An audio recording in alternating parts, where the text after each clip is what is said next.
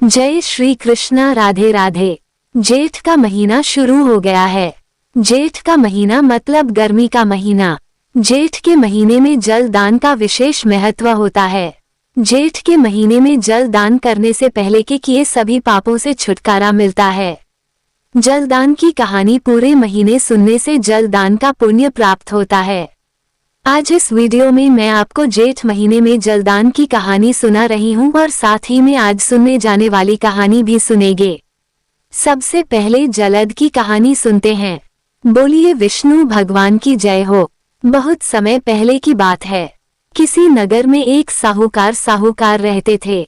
दोनों पति बहुत धार्मिक प्रवृत्ति के थे। साहूकार गरीबों की मदद करता था, बहुत कम ब्याज पर उन्हें धन भी देता था और हमेशा ही जरूरतमंदों की मदद करता था। साथ ही उसकी पत्नी भी बहुत धार्मिक स्वभाव की महिला थी। व्रत पूजा भी बहुत करती थी। व्रत उपवास करती, दान देती, पूजा पाठ करती। लेकिन उन दोनों को एक सबसे बड़ा दुख था कि उनके घर में कोई संतान नहीं थी।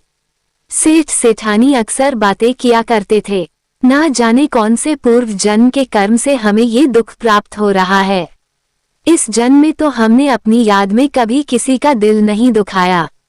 उनके घर में एक नौकर था जो सेठ सेठानी को इस तरह दुख से दुखी देखकर दुखी रहा करता था, क्योंकि सेठ सेठानी उसे कभी नौकर की तरह बर्ताव करते ही नहीं थे। उसे अपने परिवार का ही सदस्य मानते थे। एक दिन की बात है, वो नौकर सेठ जी के पास गया और कहने लगा, सेठ जी छोटा मुंह बड़ी बात, लेकिन मैं आपको इस तरह से दुखी नहीं देख सकता। मैं एक साधु महात्मा को जानता हूँ जो पास ही के नगर में आए हुए हैं। उनकी बहुत ख्याति है। मैंने सुना है वो सबका दुख दूर करते हैं। अगर आप कहें तो मैं आपको उनके पास ले चलूं। हो सकता है वे आपकी समस्या का कोई समाधान आपको बता दे। सेठ दुखी तो बहुत था ही। उसने नौकर की बात मान ली और नौकर के साथ महात्मा जी के पास चला गया। सेठ ने महात्मा जी के चरणों में प्रणाम किया और उनसे अपनी समस्या बताई। सेठ जी कहते हैं, मैंने तो कभी किसी के साथ कोई बुरा नहीं किया, फिर भी पता नहीं मुझे ये दुख क्यों प्राप्त हो रहा है। मेरे पास इतनी धन संपत्ति है, लेकिन मेरे घर में तो कोई संतान ही नहीं है, तो मैं इस धन संपत्ति का करूँगा क्या। महाराज जी मुझे कोई ऐसा उपाय बताएं जिससे कि मेरे घर में भी संतान हो जाए। चाहे तो मैं इसके लिए अपनी सारी धन संपत्ति न्योछावर करने को तैयार हूँ। साधु बाबा बोले, सेठ जी धन संपत्ति न्योछावर करने से अगर संतान की प्राप्ति हो सकती तो सभी को संतान की प्राप्ति हो जाया करती। राजा महाराजा कभी भी निसंतान नहीं रहते। लेकिन तुम चिंता मत करो, पहले मैं तुम्हारे दुख का कारण जान लूं। हो सकता है उस दुख के निवारण का भी कोई उपाय मिल जाए। साधु बाबा ने सेठ जी का हाथ देखा तो कहने लगे, सेठ जी आपके तो पूर्व जन्म के कर्म के कारण तुम्हें ये दुख प्राप्त हो रहा है। पिछले जन्म में तुम एक मंदिर के पुजारी थे और तुम्हारे घर में संतान नहीं थी। तुम पूजा पाठ तो बहुत करते थे। तुम्हारी पूजा पाठ से भगवान प्रसन्न हुए और तुम्हारे घर में एक कन्या का जन्म हुआ। लेकिन तुम कन्या के जन्म से प्रसन्न नहीं हुए, क्योंकि तुम्हें तो पुत्र चाहिए था। तुमने उस कन्या का बिल्कुल भी ध्यान नहीं रखा। तुम उस कन्या से बिल्कुल भी प्यार नहीं करते थे, उससे कभी बातें भी नहीं करते थे। इस कारण से वह कन्या बहुत उदास रहती और अपने पिता का प्रेम पाने के लिए तड़पती रहती। एक समय वह बीमार हो गई क्योंकि तुम उससे बातें ही नहीं करते थे, उससे कभी प्यार ही नहीं करते थे और न ही उसका ध्यान ही रखते थे। तो तुम उसे वैद्य के पास भी नहीं ले गए और बीमारी के कारण वह मर गई। सेठ जी तुम्हारे सिर पर तो कन्या की मृत्यु का दोष लगा है। तुम भगवान के मंदिर के पुजारी थे और भगवान की पूजा करते थे, इसलिए इस जन्म में तुम्हें धन संपत्ति तो बहुत मिली है, लेकिन संतान सुख नहीं मिला। साधु बाबा की बातें सुनी तो सेठ जी तो और भी दुखी हो गए। ये सुनकर नहीं कि उनके भाग्य में संतान का सुख नहीं है, बल्कि यह जानकर कि उनके सिर पर अपनी ही कन्या की मृत्यु का दोष लगा है। अब तो सेठ जी महात्मा जी से बोले, महात्मा जी कोई ऐसा उपाय बताएं जिससे हम इस दोष से मुक्ति पा सके। तब साधु बाबा ने कहा, सेठ जी सुनो, जेठ का महीना आने वाला है और जेठ के महीने में जल दान करना सर्वोत्तम माना जाता है। जल के दान से बड़ा कोई भी दान नहीं। तुम अपनी पत्नी के साथ पूरे जेठ के महीने में जल का दान करो। अपनी पत्नी के साथ अगर तुम पूरे जेठ के महीने में गंगा स्नान करोगे और प्यासे मनुष्यों के लिए पानी की व्यवस्था करोगे, जल का दान करोगे, तो तुम्हें इस पाप से भी मुक्ति मिल ही जाएगी। धीरे धीरे करके जेठ का महीना भी आ गया और सेठ जी ने साधु बाबा के कहे अनुसार अपनी पत्नी के साथ रोज गंगा स्नान किया और जल दान किया। तेज चिलचिलाती धूप में आने जाने वालों के लिए उन्होंने पानी की व्यवस्था की। सेठानी अपने घर की छत पर भी रोज पक्षियों के लिए पानी का बर्तन रखती। गली में घूमने वाले आवारा पशु पक्षियों के लिए भी पानी की व्यवस्था कर दी। इस तरह से पूरे जेठ के महीने में दोनों पति पत्नी ने गंगा स्नान किया और जितना अधिक हो सका जल का दान किया। उनकी इस सेवा भाव से भगवान बहुत प्रसन्न हुए और कुछ दिनों के बाद सेठानी गर्भवती हो गई और उनके घर में एक कन्या का जन्म हुआ। कन्या के जन्म से तो सेठ जी बहुत प्रसन्न हुए। हे विष्णु भगवान, जैसे आपने सेठ सेठानी की मनोकामना पूरी की है, ऐसे ही जेठ माह में जलदान करने वाले और जलद की इस कहानी को सुनने वाले सबकी मनोकामना पूरी करना। सबके घर में अन्न धन और संतान देना। बोलिए विष्णु भगवान की जय हो। एक समय की बात है, शेषनाग की शैया पर भगवान विष्णु सुकून से विराजमान थे। उनका नीलवर्णी शरीर दिव्य आभा बिखेर रहा था। उनके समीप ही माता लक्ष्मी उनके चरण दबा रही थी। चारों ओर दिव्य प्रकाश था। वातावरण में शांत संगीत की ध्वनि गूंज रही थी। इसी बीच एक पावन पथ से आकाश मार्ग से होते हुए देव ऋषि नारद जी वहां पर आए। देव ऋषि नारद जी के हाथ में उनका दिव्य वीणा था और मुख पर चिंता की रेखाएं थी। भगवान विष्णु ने नारद जी को देखा तो कहा, आइए पधारिए नारद जी, आपका स्वागत है। ऐसा प्रतीत होता है कि आप कुछ चिंता में हैं। कहिए क्या बात है। नारद जी ने शीश झुकाकर भगवान विष्णु को प्रणाम किया और कहने लगे, हे प्रभु, मैं अभी अभी पृथ्वी लोक से लौटकर आ रहा हूँ। पृथ्वी का भ्रमण करते हुए मैंने एक विचित्र दृश्य देखा। वहां पर कुछ लोग पीपल के वृक्ष को काट रहे थे, जैसे उन्हें उसके महत्व का ज्ञान ही ना हो। दूसरी ओर कुछ मनुष्य, कुछ तपस्वी मुनि और कुछ साधक उस वृक्ष की पूजा कर रहे थे। वे उसकी परिक्रमा कर रहे थे, जल अर्पित कर रहे थे, मंत्र उच्चार करते हुए भगवान विष्णु यानी आपकी स्तुति कर रहे थे। हे प्रभु, इस विरोधाभास को देखकर मेरे मन में ये जिज्ञासा उत्पन्न हुई कि पीपल के पेड़ का रहस्य क्या है। ये वृक्ष इतना पवित्र क्यों है? कुछ लोग इसकी पूजा करते हैं और जिन्हें इनका ज्ञान नहीं, वे इसे काटने का महापाप करते हैं। कृपा करें और मुझे इसके महत्व के बारे में विस्तार से बताएं ताकि मैं इस ज्ञान को पृथ्वी लोक में फैला सकूं। भगवान विष्णु के मुख पर एक कोमल मुस्कुराहट आ गई और वे बोले, हे नारद जी, तुम्हारा प्रश्न बहुत ही महत्वपूर्ण है। पीपल का पेड़ कोई साधारण पेड़ नहीं, बल्कि यह तो स्वयं मेरे स्वरूप का प्रतीक है। ये न केवल देवताओं का निवास स्थान है, बल्कि इसकी पूजा से मनुष्य के सभी पापों का नाश हो जाता है और उन्हें मोक्ष की प्राप्ति होती है। मैं तुम्हें पीपल के पेड़ की महत्व की एक कथा सुनाता हूँ, जिससे आपको पता लगेगा कि यह पेड़ पवित्र क्यों है और इसकी पूजा क्यों करनी चाहिए। जो कोई भी इस पवित्र कथा को सुनता है, उसके जन्म जन्मांतर के पाप नष्ट हो जाते हैं, चाहे उसने अपने अज्ञानवश कितने ही बड़े पाप क्यों ना किए हो। इस कथा के सुनने मात्र से उसके सभी पाप नष्ट हो जाते हैं। इस कथा को सुनने वाला अपने पितरों का आशीर्वाद प्राप्त करता है, उसके पूर्वज संतुष्ट होते हैं और उसे सुख, समृद्धि और शांति का वरदान देते हैं। इसके फलस्वरूप पितरों के ऋण समाप्त हो जाते हैं और उसके मार्ग में आने वाली सभी बाधाएं भी दूर हो जाती है। जो कोई भी इस कथा को सुनता है, उसके घर से दुर्भाग्य और दरिद्रता का नाश हो जाता है और उसके घर में सुख, समृद्धि और लक्ष्मी का वास होता है। उसका जीवन सदा ही मंगलमय होता है। यदि किसी को संतान सुख की प्राप्ति में बाधा हो रही हो, तो इस कथा को सुनने मात्र से पीपल के पेड़ की पूजा करने से उसे संतान सुख की प्राप्ति भी होती है। अब भगवान विष्णु नारद जी से कथा कहते हैं। हे नारद, पूर्व काल की बात है। एक बहुत ही गरीब व्यक्ति था जिसका नाम हरिदास था। हरिदास ईमानदार था और परिश्रमी था, लेकिन उसका जीवन बहुत कठिनाइयों से भरा हुआ था। वह जंगल से लकड़ी काटकर लाता और उन्हें बेचता। जैसे तैसे करके अपने परिवार का पालन पोषण करता। उसका परिवार बहुत बड़ा था। उसके परिवार में उसके बूढ़े माता पिता थे, उसकी पत्नी थी और उसके 3 छोटे छोटे बच्चे थे। हरिदास दिन रात मेहनत करता लेकिन फिर भी अपने परिवार के लिए पर्याप्त भोजन नहीं जुटा पाता।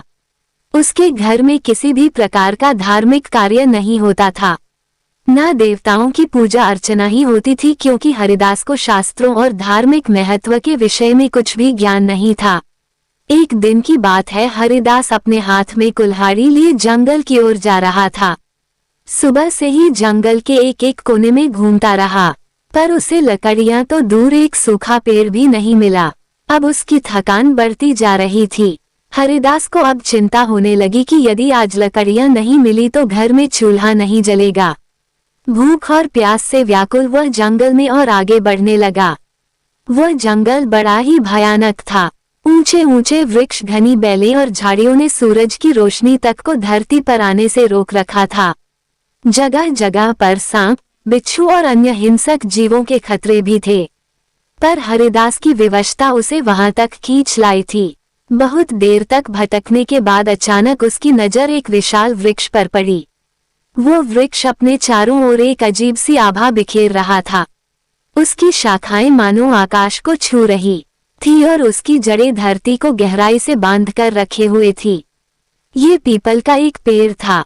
हरिदास ने मन ही मन में सोचा, अरे वाह, कितना बड़ा और मजबूत पेड़ है। यदि मैं इसकी कुछ टहनियां काट लूं तो आज का काम बन जाएगा। फिर उसने अपनी कुल्हाड़ी को मजबूती से थामा और वृक्ष के पास पहुंच गया। वृक्ष के नीचे खड़ा होकर उसने एक क्षण के लिए इधर उधर देखा। अभी वह अपनी कुल्हाड़ी से वृक्ष पर आघात करने ही वाला था, तभी उसे एक भयानक आवाज सुनाई दी जो किसी स्त्री की प्रतीत हो रही थी। वह कह रही थी, अरे मनुष्य, रुक जाओ, ये तुम क्या करने जा रहे हो? हरिदास ने चौंक कर इधर उधर देखा, लेकिन उसे कोई भी दिखाई नहीं दिया। अगले ही क्षण वृक्ष के तने के पास एक भयानक काले रंग का सर्प दिखाई दिया। उस सर्प की आंखें चमक रही थी, मानो उसमें अग्नि की ज्वालाएं जल रही हो। हरिदास भयभीत हो गया और पीछे हटने लगा। सर्प अब धीरे धीरे उसके सामने आकार लेने लगा था। अब वो एक सर्प नहीं बल्कि एक सुंदर स्त्री का रूप धारण कर चुका था। यह कोई साधारण स्त्री नहीं बल्कि एक नागकन्या थी। उसका चेहरा तेजस्वी था और उसकी आंखों में अपार रहस्य झलक रहे थे। फिर नागकन्या ने गंभीर स्वर में कहा, अरे मनुष्य, तुम इस पीपल के पेड़ को क्यों काट रहे थे? क्या तुम्हें ज्ञान नहीं कि पीपल के पेड़ में देवताओं का वास होता है? इसे काटने से तुम्हें महान पाप लगेगा। हरिदास की सांसें तेज हो गई और भयभीत होकर कांपते हुए कहने लगा, हे देवी, आप कौन हैं और मुझसे मनुष्य की वाणी में कैसे बातें कर रही हैं? और इस पेड़ में ऐसी क्या खास बात है जो मैं इसे नहीं काट सकता? मेरा तो काम ही है पेड़ों से लकड़ियां काटना। लकड़ी बेचता हूँ तभी मेरे परिवार का गुजारा चलता है, फिर मैं इस पेड़ को क्यों नहीं काट सकता, बताइए। तब वह नागकन्या मुस्कुराने लगी और कहने लगी, हे मनुष्य, मैं इस पीपल के पेड़ की रक्षक हूँ और मेरा नाम सुरसा है। ये पेड़ मेरे लिए बहुत प्रिय है क्योंकि इसी पेड़ पर मेरा वास है और इसके साथ मेरा संबंध केवल इस जन्म का नहीं बल्कि पिछले जन्म का है। सुनो, मैं तुम्हें अपने पिछले जन्म की कहानी सुनाती हूँ। ऐसा कहते हुए सुरसा का चेहरा गंभीर हो गया। उसकी आंखों में अतीत का एक गहरा रहस्य चमकने लगा। हरिदास विस्मय और जिज्ञासा से उसकी ओर देखने लगा क्योंकि यह सब उसके लिए बहुत विचित्र था। नागकन्या ने अपनी कहानी को कहना शुरू किया। हे मनुष्य, पिछले जन्म में मेरा नाम सुमति था और मेरा जन्म एक वैश्य परिवार में हुआ। मेरे पिता एक धनवान व्यापारी थे। मेरे विवाह का आयोजन उन्होंने बड़ी धूमधाम से किया। मेरा विवाह एक पुण्यात्मा और ज्ञानी वैश्य पुत्र से हुआ जिसका नाम धर्मपाल था। मेरे पति बहुत धार्मिक प्रवृत्ति के थे, अनाज का व्यापार करते थे। उनका जीवन सादा था लेकिन धर्म और सत्कर्मों में लीन था, किंतु मैं तो उनके गुणों से सर्वथा विपरीत ही थी। मेरा स्वभाव बहुत स्वार्थी और अहंकारी था। मैं न अपने पति का आदर करती थी और न ही किसी भी प्रकार के धर्म कर्म में रुचि रखती थी। मुझे देवी देवताओं की पूजा करना व्यर्थ लगता था। मेरा मन तो सदा ही सांसारिक सुखों और धन संपत्ति में लिप्त रहता। मेरे पति मुझे समझाते रहते कि हमें जीवन में पुण्य के कार्य करने चाहिए, देवी देवताओं की पूजा करनी चाहिए, व्रत उपवास करने चाहिए, किंतु मैं उनकी बातों को अनसुना कर देती। हमारे गांव के पास ही एक मुनि का आश्रम था। वो आश्रम बहुत शांत, पवित्र और प्रकृति की छांव में बसा हुआ था। वहां के वातावरण में एक अलौकिक शांति थी। उस आश्रम के आंगन में एक छोटा सा पीपल का पेड़ था।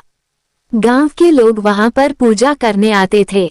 पीपल के पेड़ के चारों तरफ दीपक जलाते, जल चढ़ाते, परिक्रमा करते। उनका विश्वास था कि इस पेड़ में भगवान विष्णु का वास है और उसकी पूजा करने से उनके पितृ प्रसन्न होंगे। लोगों की श्रद्धा और भक्ति से वह पेड़ बहुत ही कम समय में एक विशाल वृक्ष बन गया। एक दिन की बात है, मैं उस आश्रम के पास से जा रही थी। वहां पर मैंने देखा कि एक ब्राह्मण बहुत ही श्रद्धा से पीपल के पेड़ की पूजा कर रहे थे। पीपल के पेड़ के तने में जल चढ़ा रहे थे और मंत्रोआ कर रहे थे। ये सब देखकर मैं जोर जोर से हंसने लगी और मैंने बड़े कठोर स्वर में कहा, अरे ब्राह्मण मूर्ख की तरह इस वृक्ष की पूजा क्यों कर रहे हो? ये तो केवल एक पेड़ है, ना फल देता है और ना ही फूल। क्या ये पेड़ किसी काम का भी है? व्यर्थ का ढूंढ कर रहे हो, तुम्हारी पूजा का कोई लाभ नहीं। मेरे शब्दों को सुनकर ब्राह्मण शांत भाव से मेरी ओर देखने लगे और फिर कहने लगे, देवी तुम्हारा अज्ञान ही तुम्हारे इस व्यवहार का कारण है। क्या तुम्हें ज्ञात नहीं कि पीपल का पेड़ एक साधारण पेड़ नहीं है? इस वृक्ष में स्वयं भगवान विष्णु का वास होता है। इसे जीवित वृक्ष माना जाता है और यह बहुत पवित्र है। इसकी पूजा करने से भगवान विष्णु प्रसन्न होते हैं। इसके तले में जल चढ़ाने से पितरों का आशीर्वाद प्राप्त होता है। अनेक जन्मों के पाप इस वृक्ष की पूजा करने से ही समाप्त हो जाते हैं। ये वृक्ष तो मानव जीवन के लिए वरदान है। उन ब्राह्मण की बातों ने मेरे अहंकार को और भी भड़का दिया और मैंने कठोर शब्दों में उनका और वृक्ष का अपमान किया। तब मैं क्रोध में आकर उस पेड़ के पास गई और मैंने व्यंग से कहा, देखते हैं तुम्हारा यह वृक्ष कितना महान है। और इतना कहकर मैंने पीपल के वृक्ष पर लात मार दी। जैसे ही मेरी लात उस वृक्ष को लगी तभी एक विचित्र घटना हुई। मेरे पैर से लेकर शरीर के अन्य अंगों में जलन होने लगी। वह जलन असहनीय थी। मैंने देखा कि मेरे शरीर में परिवर्तन हो रहा था। धीरे धीरे मेरा रूप बदलने लगा। मेरी त्वचा काली पड़ने लगी और देखते ही देखते मैं नागिनी के रूप में परिवर्तित हो गई। नागिनी का रूप धारण करके मैं वहीं पर चीखने चिल्लाने लगी। मेरी चीख पुकार सुनकर आश्रम के और मुनि भी वहां पर आ गए। मैं उनके चरणों में गिरी, रोते हुए अपनी व्यथा सुनाई, उनसे विनती की कि मुझे इस श्राप से मुक्ति करें। तब मुनि ने गंभीर स्वर में कहा कि तुमने घोर पाप किया है। पीपल के वृक्ष को अपवित्र करना, उसका अपमान करना स्वयं भगवान विष्णु का अपमान है। तुम्हें अपने ही कर्मों का दंड मिला है। फिर मैंने कांपते हुए हाथ जोड़कर मुनि से प्रार्थना की कि मुझे क्षमा कर दें और इस श्राप से मुक्ति का मुझे कोई उपाय बताएं। मैं अपने पापों के लिए प्रायश्चित करना चाहती हूँ। तब मुनि ने गंभीर स्वर में कहा कि तुम्हें इस श्राप से मुक्त होने के लिए 100 वर्षों तक इसी पीपल के पेड़ पर निवास करना होगा और इसकी रक्षा करनी होगी। जब 100 वर्ष पूर्ण हो जाएंगे तब तुम्हारे पति यहाँ आएंगे और इस वृक्ष पर जल अर्पित करेंगे। तभी तुम्हें इस श्राप से मुक्ति मिलेगी। इतना कहकर मुनि तो वहां से चले गए और मैं इसी पेड़ पर वास कर रही हूँ। ये पेड़ दिनों दिन बढ़ता गया और मैं इसकी रात दिन रक्षा करती हूँ ताकि कोई भी इसे हानि ना पहुँचा सके। आज मेरे 100 वर्ष पूरे हो गए हैं। मैं प्रतीक्षा कर रही हूँ कि कब मेरे पति यहाँ पर आए और इस पेड़ पर जल अर्पित करें और मुझे इस योनि से मुक्ति मिले। इतना कहते हुए उस नाग कन्या की आंखों में आंसू आ गए। हरिदास तो ये सब सुनकर हैरान रह गया। वो समझ नहीं पा रहा था कि उसने जो कुछ सुना है वो कोई सपना है या सच्चाई। उसके हृदय में भय और श्रद्धा का संचार हो रहा था। नाग कन्या की वह कहानी सुनकर हरिदास स्तब्ध रह गया। उसकी आंखों में आश्चर्य और अविश्वास के भाव तैरने लगे। उसे समझ नहीं आ रहा था कि वह स्वयं इस घटना से किस प्रकार जुड़ा हुआ है। वह यहाँ पर आज क्यों आया है? तभी एक दिव्य तेज से आश्रम के और भी मुनि वहां पर प्रकट हो गए। उनका स्वर गंभीर और आशीर्वाद से भरा हुआ था। मुनि ने हरिदास की ओर देखते हुए कहा, हरिदास, ये सब तुम्हारे पूर्व जन्म के कर्मों का परिणाम है। क्या तुम जानना चाहते हो कि तुम इस घटना से कैसे जुड़े हुए हो? तब हरिदास ने हैरान होते हुए मुनि की ओर देखा और कांपते हुए स्वर में कहा, हे ऋषिवा, मुझ पर कृपा करें, मेरे जन्म का रहस्य का ज्ञान दें। ये सब क्या हो रहा है और मैं इस घटना से किस प्रकार जुड़ा हुआ हूँ? तब मुनि ने अपनी आंखें बंद की। फिर हरिदास से कहा, सुनो, मैं तुम्हारे पूर्व जन्म की बात बताता हूँ। इस नाग कन्या का नाम पूर्व जन्म में सुमति था और इसके पति तुम ही थे। उस जन्म में तुम धर्मपाल नाम के एक पुण्यात्मा व्यापारी थे। तुमने सुमति से विवाह किया और उसका जीवन संवारने का प्रयास किया। तुम एक धर्मनिष्ठ और सत्यवादी व्यक्ति थे। तुमने सुमति को सदगा पर लाने के लिए अनेक प्रयास किए, किंतु वह तुम्हारे प्रयासों की उपेक्षा करती रही। हरिदास ने आश्चर्य और अविश्वास के साथ कहा कि क्या मैं ही इस नाग कन्या का पति था? तब मुनि ने मुस्कुराते हुए कहा, हाँ हरिदास, सुमति ने अपने अहंकार और अज्ञान के कारण पीपल के पेड़ का अपमान किया, जिसके कारण उसे सर्प योनि मिली। किंतु भगवान विष्णु ने तुम्हारे पुण्य कर्मों के कारण ही यह नियम बनाया कि केवल तुम्हारे हाथों से जल अर्पित होने पर भी सुमति को इस श्राप से मुक्ति मिलेगी। आज तुम यहाँ पर अपनी नियति के कारण आए हो। तुम्हारा यहाँ आना मात्र कोई संयोग नहीं बल्कि विधि का विधान है। सुमति, जो अब तक चुपचाप खड़ी थी, मुनि की बातें सुनकर हरिदास के पैरों में गिर गई। उसकी आंखों से आंसू बहने लगे और वह कांपते स्वर में बोली, हे स्वामी, मैं अपने पूर्व जन्म के पापों के लिए आपसे क्षमा मांगती हूँ। मेरे अहंकार और अज्ञान के कारण मैंने आपको बहुत दुख पहुँचाया, पीपल के पेड़ का अपमान भी किया। किंतु आज मैं आपसे एक बार प्रार्थना कर रही हूँ कि आप इस पवित्र पीपल के वृक्ष पर जल अर्पित करें और मुझे इस श्राप से मुक्त करें। नाग कन्या को इस प्रकार रोते हुए देखा तो हरिदास की आंखों में करुणा भर आई और उसने मुनि की ओर देखकर कहा, हे ऋषिवा, मुझे बताइए मैं इस पुण्य कार्य को कैसे पूरा करूं? तब मुनि ने कहा, हरिदास, पीपल के पेड़ के पास जाओ और श्रद्धा से इस वृक्ष पर जल अर्पित करो, भगवान विष्णु का स्मरण करो, इससे तुम्हारे पूर्व जन्म के बंधन समाप्त हो जाएंगे और सुमति को भी मुक्ति मिलेगी। तब मुनि ने हरिदास को एक जल से भरा हुआ कलश दिया। हरिदास पीपल के पेड़ के सामने खड़ा था, मन ही मन में भगवान विष्णु का ध्यान कर रहा था और पीपल के पेड़ पर जल अर्पित करने लगा। जैसे ही उसने जल की धार पीपल के पेड़ की जड़ में चढ़ाई, तभी एक अद्भुत घटना घटी। पीपल के पेड़ के नीचे दिव्य प्रकाश फैला और नाग कन्या का सर्प रूप धीरे धीरे नष्ट होने लगा। उस स्थान पर एक सुंदर तेजस्वी कन्या प्रकट हुई, जिसका चेहरा चमक रहा था, मानो वह स्वयं एक देवी हो। सुमति ने हाथ जोड़कर हरिदास और मुनि को प्रणाम किया। सुमति बोली, हे स्वामी, आज आपके पुण्य और भगवान विष्णु की कृपा से मुझे इस श्राप से मुक्ति मिली है। मैं आपकी कृतज्ञ हूँ। आपने न केवल मेरे पापों का प्रायश्चित कराया बल्कि मुझे मोक्ष के मार्ग पर ले आए हो। मुनि ने आशीर्वाद देते हुए कहा, सुमति, अब तुम स्वर्ग लोक को प्रस्थान करो। तुम्हारा श्राप समाप्त हो गया है। भगवान विष्णु तुम्हारी रक्षा करें। सुमति ने एक बार फिर पीपल के पेड़ की परिक्रमा की और वहां से दिव्य प्रकाश के साथ स्वर्ग लोक को प्रस्थान कर गई। इस घटना के बाद से हरिदास के जीवन में भी बड़ा परिवर्तन आया। उसे पीपल के वृक्ष की महिमा का पता लग गया था। अब वो रोज पीपल के पेड़ का पूजन करने लगा। उसने अपने परिवार से भी पीपल के पेड़ का पूजन करने को कहा। अब पूरा परिवार पीपल के पेड़ की पूजा करता। भगवान विष्णु कहते हैं, हे नारद जी, यह बात बिल्कुल सत्य है कि पीपल का पेड़ सृष्टि का जीवन है। मैं इसकी जड़ों में निवास करता हूँ। तने में भगवान शिव का वास है और शाखाओं में ब्रह्मा जी का वास होता है। इस पेड़ की पूजा करने से मनुष्य को त्रिदेव का आशीर्वाद प्राप्त होता है। जो कोई भी पीपल सींचने की इस कथा को सुनता है अथवा दूसरों को सुनाता है, पीपल के पेड़ की पूजा करता है, उसे मेरे परमधाम की प्राप्ति होती है। उसके सभी पापों का नाश हो जाता है और उसे जीवन में सुख शांति की प्राप्ति होती है। परलोक में मोक्ष का आशीर्वाद प्राप्त होता है। नारद जी कहते हैं, हे प्रभु, अब मैं पृथ्वी लोक पर जाऊंगा और इस कथा का प्रचार करूंगा। मैं लोगों से कहूंगा कि पीपल के वृक्ष का अपमान नहीं करना चाहिए बल्कि इसकी पूजा करनी चाहिए। इसकी पूजा करके वे आपके सानिध्य को प्राप्त कर सकते हैं। इस प्रकार भगवान विष्णु ने नारद जी को पीपल के पेड़ की महिमा सुनाई। आपको ये कथा कैसी लगी कमेंट बॉक्स में जरूर बताइएगा। अच्छी लगी हो तो लाइक कीजिएगा और कमेंट बॉक्स में जय भगवान विष्णु जय पीपल देव जरूर लिखिएगा।